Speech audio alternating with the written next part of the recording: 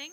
It deals with the preliminary assessment of child in conflict with law under section of JJ Act. Now we will be looking into the psychologist perspective as to how to read the medical report of child in conflict with law, factors to be considered at a time of preliminary assessment of child under section 15 of JJ Act. To take up this session, may I invite Madam Aarzoo Gupta. Ma'am is an assistant professor, clinical psychology, Department of Psychiatry, child psychologist in hospital at Sector 32, Chandigarh. Ma'am has been working in clinical setting since 2007 in the areas of adult psychiatry, children having an intellectual disability, autism, and ADHD. She's also a CP consultant in charge of an psychosexual clinic of the department since 2012.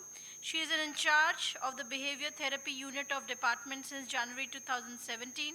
She was involved in work with juveniles in observation home, children home through Child Welfare Committee, CCIs, and Department of Social Welfare. She has been delivering training programs to counselors and has 20 publications and supervised 17 theses of MPhil Clinical Psychology and MD Psychiatry till date. She has also authored a book chapter, a reviewer of 2 national peer-reviewed journals of psychiatry, a resource person of 80 invited lectures, talk, workshops, and had made 35 presentations at national and international conferences. So without further ado, may I welcome ma'am to take up the session.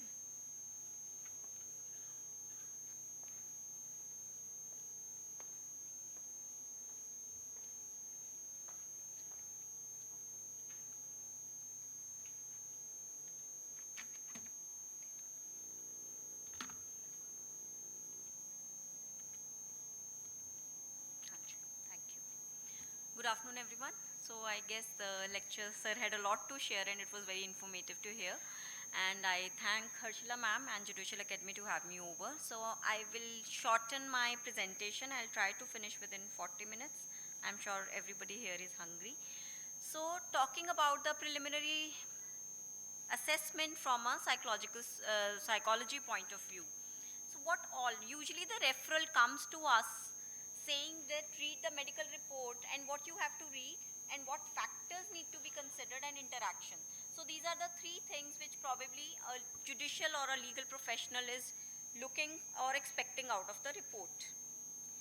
So the referral comes for physical and mental capacity, जो पहले भी अभी session में discuss हुआ है, consequences of action, what has to be understood by the child, and the consequences have been in the favor or against the child, and circumstances. So these are the 3 things when we talk about mental capacity or for whatever the referral comes. So when we say physical and mental capacity has to be assessed by the age, and a lot of times there is confusion about the age. A child claiming to be 18 or 16 may not be necessary of that age chronologically, so the evidence of age has to be provided. A lot of times, I'm sure we all are aware, the school also issues certificate and the age on Aadhaar card or even school certificate may not be correct. And then the child goes for a bone density test, but even the bone density test is not conclusive. It gives a range. So age of the child or the physical capacity of the child is usually questionable and there cannot be a 100% conclusive answer to that. But these are the general measures that one can take. Having an evidence if the Aadhaar card or school certificate or bone density, corroboration of all these 3 helps a professional to reach a conclusion that this is the physical capacity or age of the child. Then mental capacity. Now mental capacity is a very generic term. It's very difficult to make sense or interpret mental capacity. So what is your understanding when we say mental capacity? Any 1 or 2 words if anybody can say. Mental capacity, maturity, sharpness. So there can be a lot of synonyms. Problem solving, decision making, capacity is about memorizing. So mental capacity can be described in many terms and it can have multiple definitions. It's very difficult, though recently Mental Health Act has put one understanding or one definition of mental capacity, but that is not in context to judiciary, that is in context to mental illness. So of course, the definition is not applicable to every context. So when we say mental capacity, now it becomes a challenge for us as an expert what to say, because mental capacity is very generic. So we try to understand what the judiciary or what the legal expectation is out of mental capacity, and then accordingly assessment is carried out.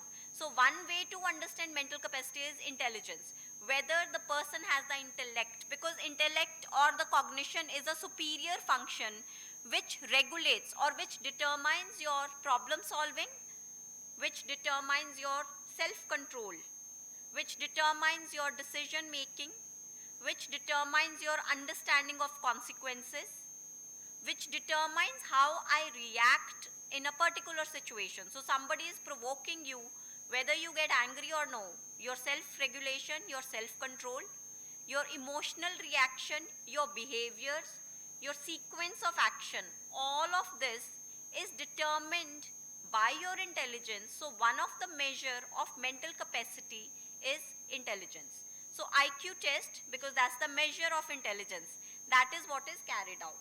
Then consequences of action. Now, when we talk about psychological assessment, we usually have a standardized test, like in juveniles case we have an IQ test, but it is not just the test which can determine or which concludes. We also depend or rely upon the clinical interview or the question answer or the information that we elicit from the juvenile. Thirdly, the observation. So all of these three things combined is what helps us as an expert to comment upon a report.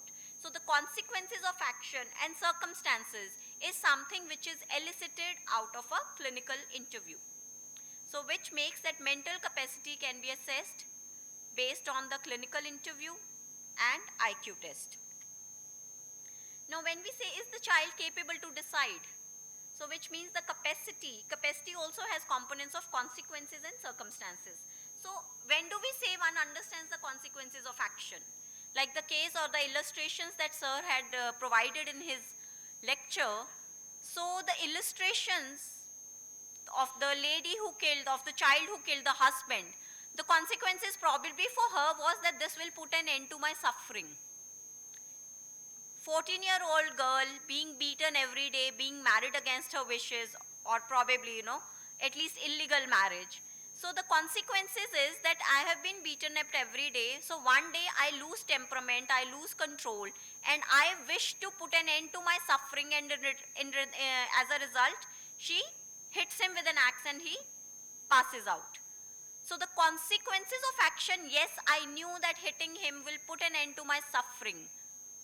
But the impact of that on my life, the legal proceedings or the legal consequences. Now, even when we say consequences, consequences to self, consequences to others, how broadly do you understand your consequences? Because even when we talk about consequences, is it limited to one domain? Is any of the consequences or of action limited to one domain? Suppose you say no, or suppose you scream at a colleague. Is the consequences limited to one domain? Suppose mama says do your homework, or your child says that I don't want to do the homework. So what will be the consequences? Academic consequences, and then maybe consequences amongst peers. Maybe he's left behind, or maybe he's bullied for being a failure or for being not so bright, or vice versa.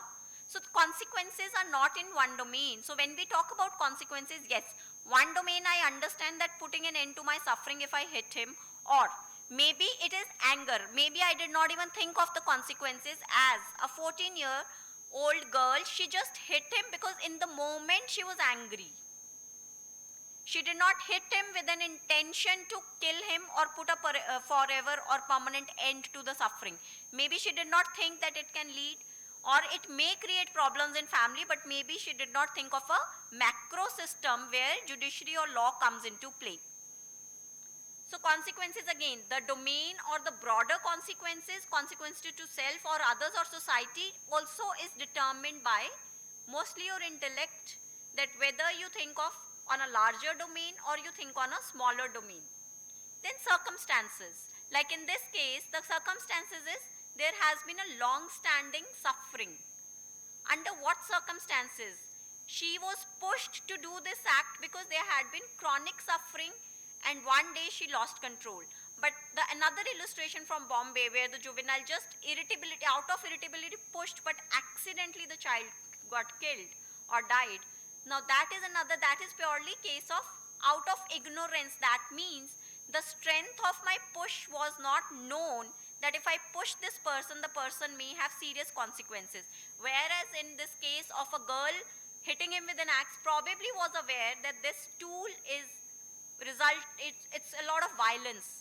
Whereas a simple push out of irritability or just to tell the person that stop it may not be viewed or considered or thought as an act of violence. So basically, in psychology, we try to understand capacity and circumstances using the cognitive functions of thinking, problem solving, and decision making.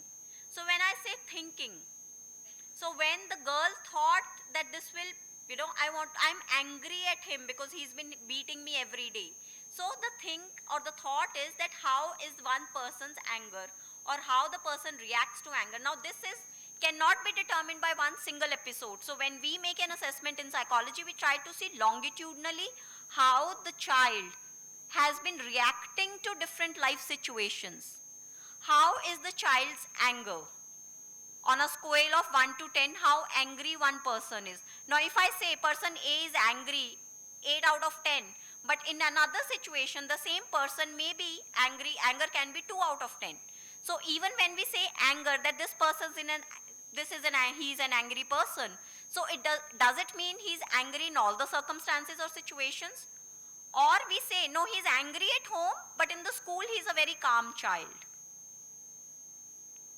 So understanding this means that knowing the person or knowing the child's temperament longitudinally rather than being specifically, referring to one situation. So in our assessment, we try to make an understanding of interview which tells us what kind of circumstances, family circumstances, peer interaction, school environment, because all of that contribute to developing of temperament and character. So temperamentally, if person is hot-headed or if person is not having good self-regulation or if the person has poor impulse control, it is more likely that the person in such a provocative situation may take or indulge into an act of violence. But sometimes people who are very long or for very years are suppressed, that means they have shown amazing tolerance to a lot of violence or they have been victim of a lot of violence and aggression. Sometimes they also burst out like a volatile. So what I'm trying to tell you here is that IQ report alone does not determine everything. The IQ report has to be interpreted that when I have sent a report, it obviously, I have put my brain into understanding this. So sometimes there is a remark in the IQ report that we make, that currently the situation is this, because even in my assessment or anybody for that matter, any of my professional, in his or her assessment cannot give a very conclusive judgment unless you have spent longitudinally some time. And I think that's the point of having counselors or psychologists in the juvenile homes, because they get to interact with the family. They get to interact and see and observe the behavior of the juvenile for a month or a span of 7 days or 14 days or month or sometimes even weeks to years, when juvenile is staying in observation come home. So when we say thinking and character, these are very interlinked. Now when we say self-regulation, who has more self-regulation? People with higher intelligence or lower intelligence? Any guesses? Higher intelligence, yes. And what about impulse control?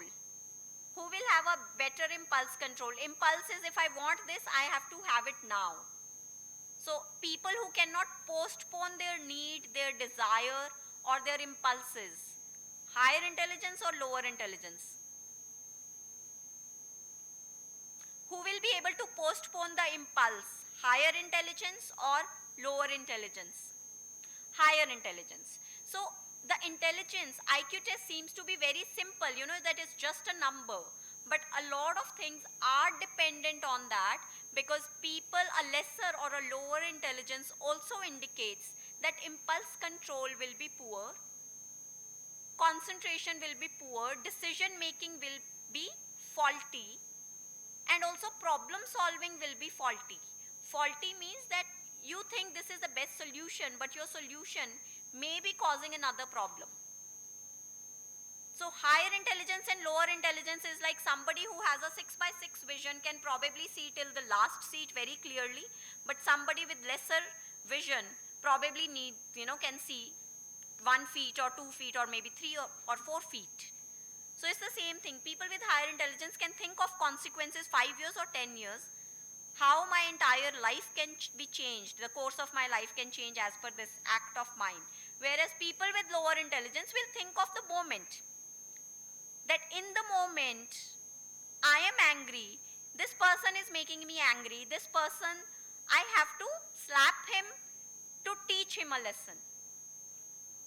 Whereas a person of higher intelligence may think that it's not my job to teach anybody a lesson. He's making me angry, but that's how he is. My anger is under my regulation. It depends on me how angry I get.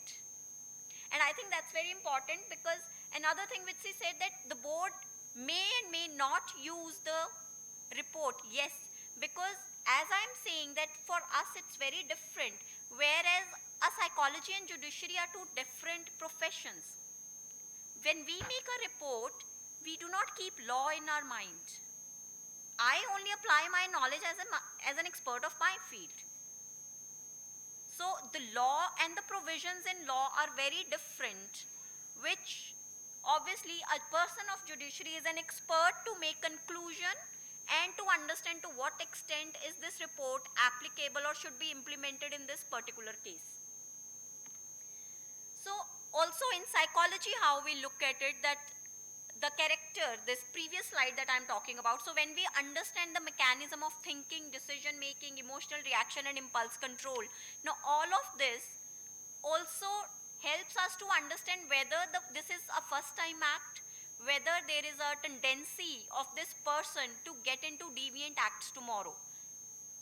Because from a psychology perspective, that is what we look at: character, personality and the cognitive functions.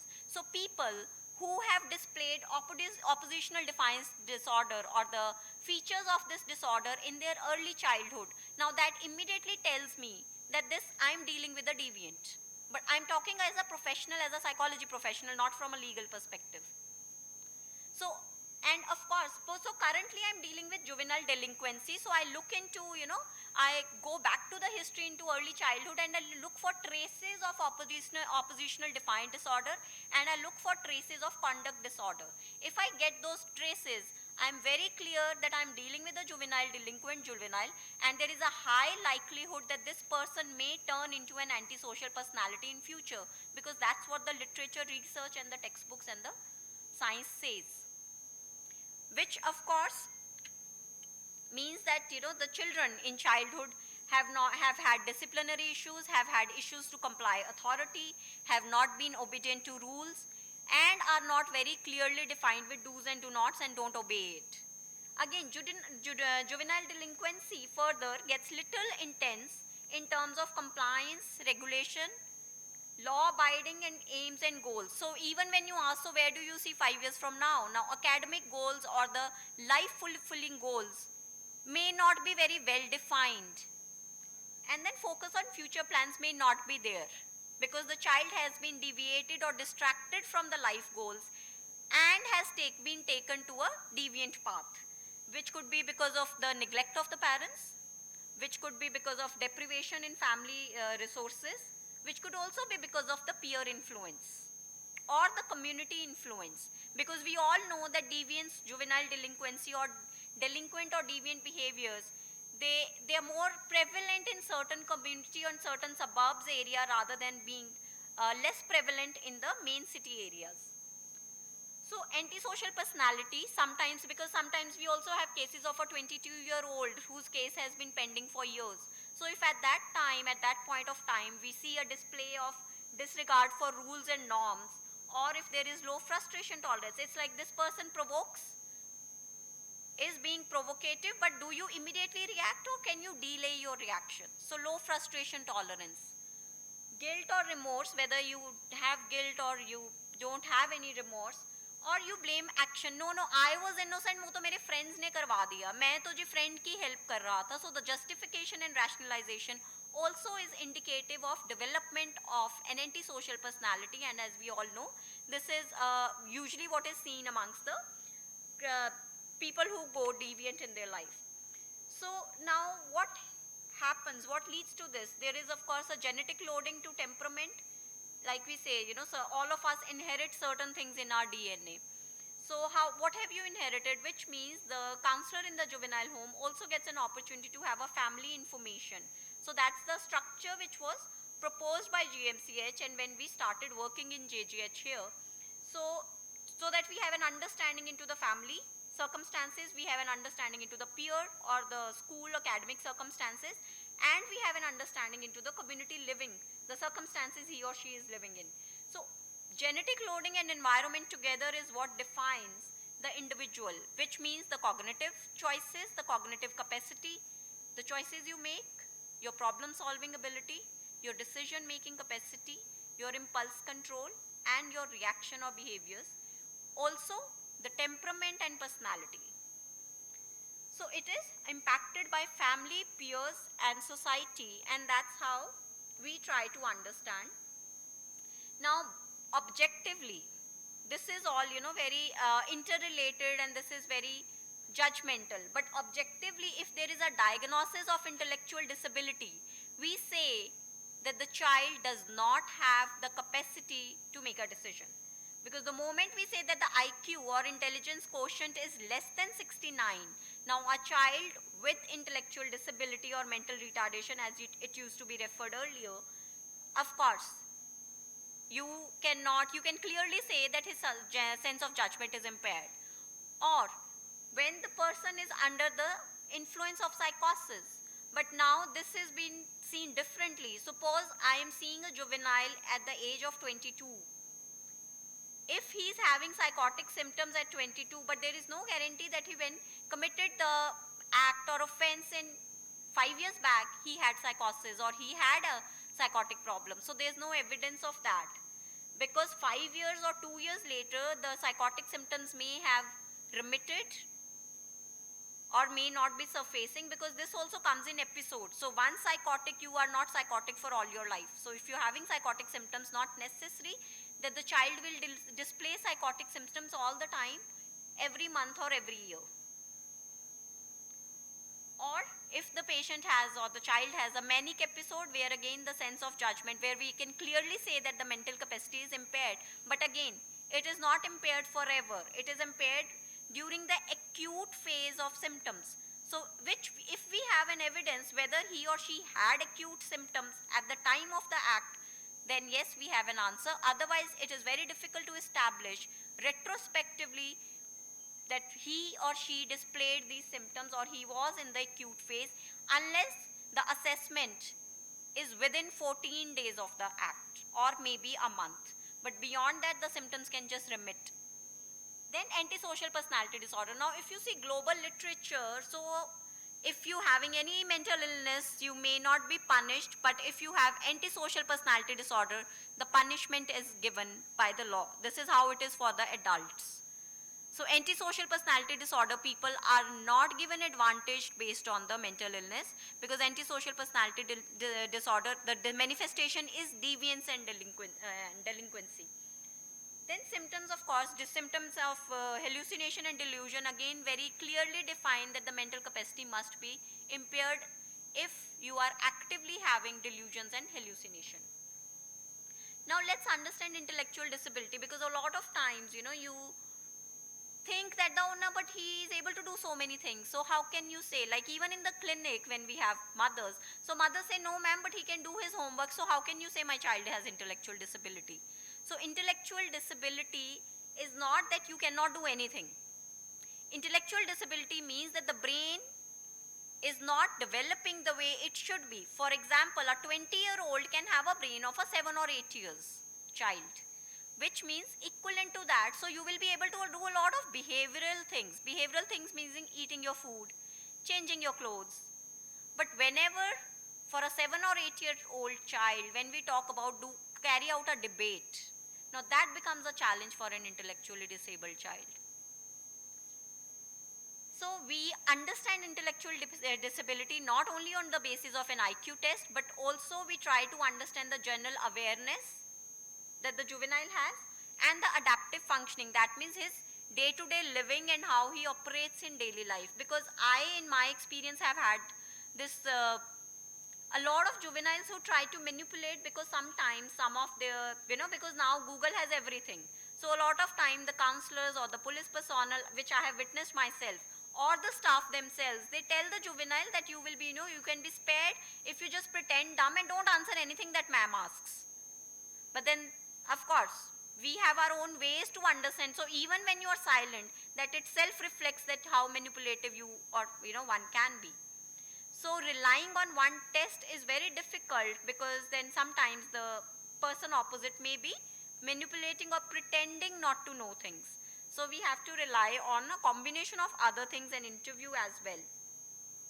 And even when we say circumstances and capacity, we try to look into the family functioning and structure. We try to look into the school and academics. We try to assess the occupation, whether he could do something or he could not, so which makes what kind of choices he made at his job.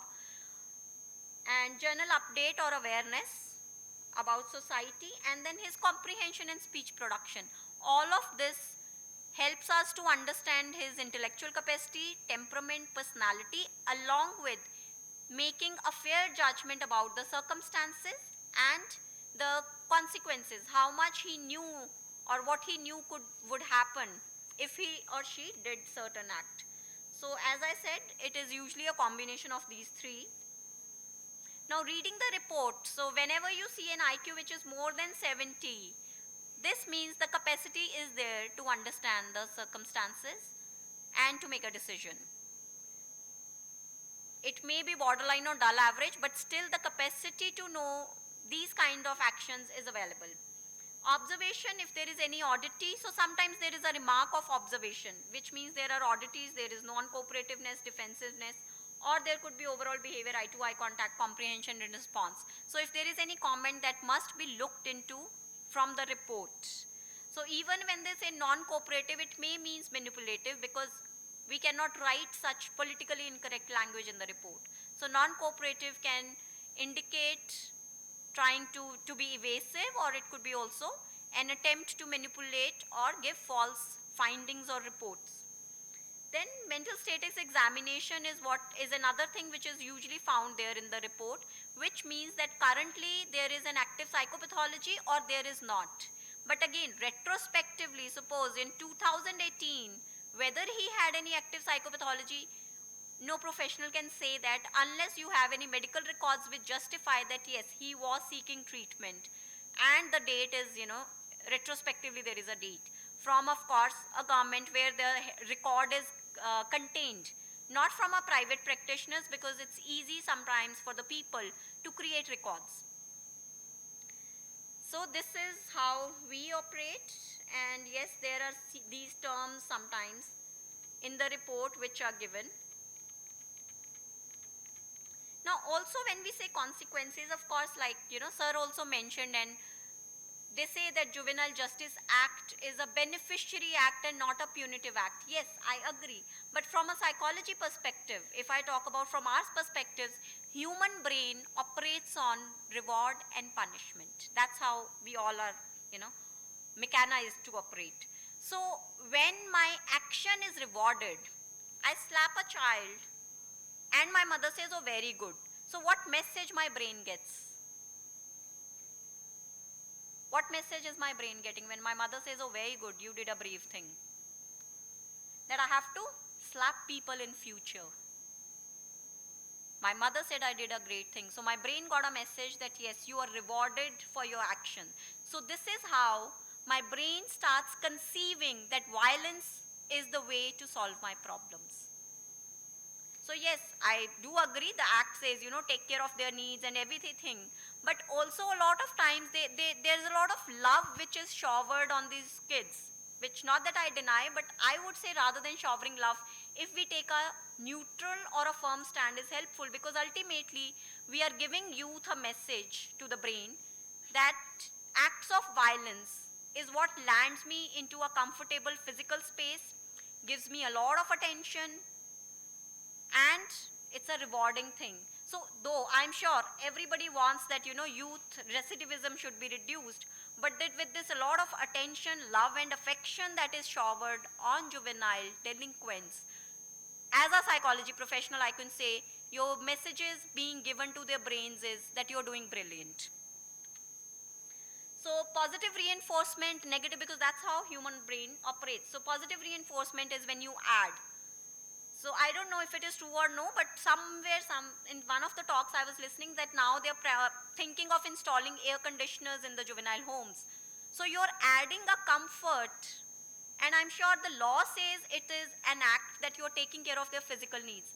But from a psychology perspective, you are telling them you're doing very good, you do the act of violence and delinquency, and we are going to give you best of the physical comfort. AC, which is not even your parents can afford and give, we will give you. So of course, the brain are getting strengthened and getting reinforcement for violence in future. Negative reinforcement, when you remove some noxious stimulus, and I don't think we need to get into these details. And when we say punishment, it's not read as punishment that if you slap somebody, I have to slap the child to teach a lesson. No. Punishment is about letting the child understand the consequences. In psychology, we do not read punishment as it is read in the law or judiciary. So punishment is letting the child, suppose the child does not do homework. So I should let the child go to the school and let him be scolded by the teacher. Because that is when he understands that not doing homework is a bad thing. If I do not do homework, this is what I get. I'm insulted, I'm rejected, I'm humiliated. And my teacher probably, tells me that this is not accepted, you have to do it twice again and bring it and submit. So which means my effort of doing the thing is being doubled. So that is what makes me a responsible person, because I understand that if I act careless, so my brain gets a message that if you act careless, you have to do that thing maybe 2 times or 4 times, and certain advantages will be withdrawn. Your mother will not let you watch TV and cartoon or whatever. But instead, a child does not do homework and mother does the homework for the child and sends him. Now what happens? Oh, brilliant, I don't need to study, my mother will do it for me. So I found a way out. So my brain is being rewarded by being careless, and my brain gets a message that act careless, somebody else will always be there to fill in for you. So you just need to find a smart or a victim who can do it for you. You don't need to do it for yourself. So that's how the human brain operates.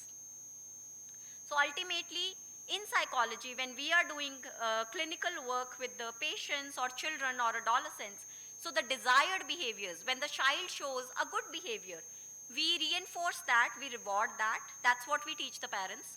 But when the child shows a deviant or delinquent behavior, we teach the mothers or we teach the adolescent themselves how to let the child bear the consequences of it. Don't see punishment what you read in law, please, again I'm saying.